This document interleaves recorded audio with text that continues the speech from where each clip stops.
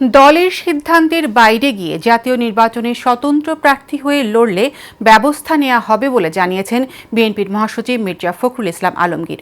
সকালে রাজধানীর গুলশানে দলীয় চেয়ারপারসনের রাজনৈতিক কার্যালয়ে এক সংবাদ সম্মেলনে এ কথা বলেন তিনি।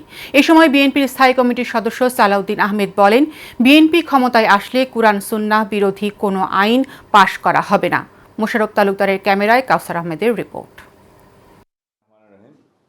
গুলশানে দলীয় চেয়ারপারসনের রাজনৈতিক কার্যালয়ে বিএনপির সঙ্গে আন্দোলনে থাকা জমিয়াতুল উলামা ইসলামকে 4টি আসনে ছাড় দেওয়ার ঘোষণা দেন বিএনপি মহাসচিব। আসনগুলো হলো নীলফামারী 1, নারায়ণগঞ্জ 4, সিলেট 5 ও ব্রাহ্মণবাড়িয়া 2 আসন। নীলফামারী 1 ডোমার ডিমলা, এখানে নির্বাচন করবেন মাওলানা মোহাম্মদ মঞ্জুরুল ইসলাম আফেন্দি। নারায়ণগঞ্জ 4 ফতুল্লাহ মুফতি মনির হোসেন কাসেমি।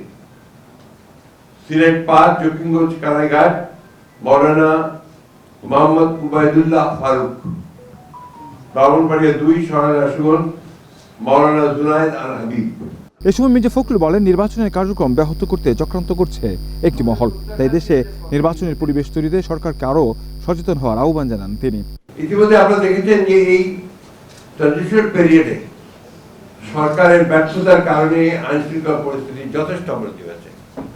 আমাদের প্রত্যাশা ছিল যে প্রথমে ইউনুসের যে সরকার, সেই সরকার অন্তত এই কয়েকটা মাস তারা তাদের যোগ্যতার পরিচয় দেবেন এবং এফিসিয়েন্সির সঙ্গে দেশকে পরিচালনা করবেন। সংবাদ সম্মেলনে বিএনপি স্থায়ী কমিটির সদস্য সালাউদ্দিন আহমেদ বলেন, জমিয়াতুল উলামা ইসলাম প্রার্থীরা যেসব আসন থেকে নির্বাচন করবে, বিএনপি সেই সব আসনে কোনো প্রার্থী দেবে না। কোরআন সুন্নাহ বিরোধী কোনো আইন আমরা করব না, সেটা আমরা অনেক আগেই ঘোষণা দিয়েছি।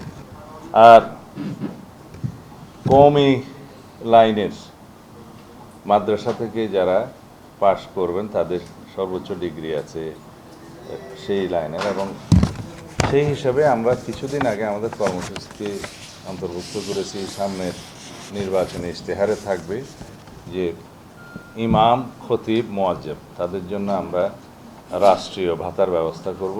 একসঙ্গে বিএনপি ক্ষমতায় আসলে ইমাম ও মুয়াজ্জিনদের বিশেষ ভাতা দেওয়ার পাশাপাশি সংসদে কোরআন সুন্নাহ বিরোধী কোনো আইন পাশ করবে না বলেও জানান তিনি। করব না, সেটা আমরা অনেক আগেই। কাউসার আহমেদ, এশিয়ান টেলিভিশন, ঢাকা।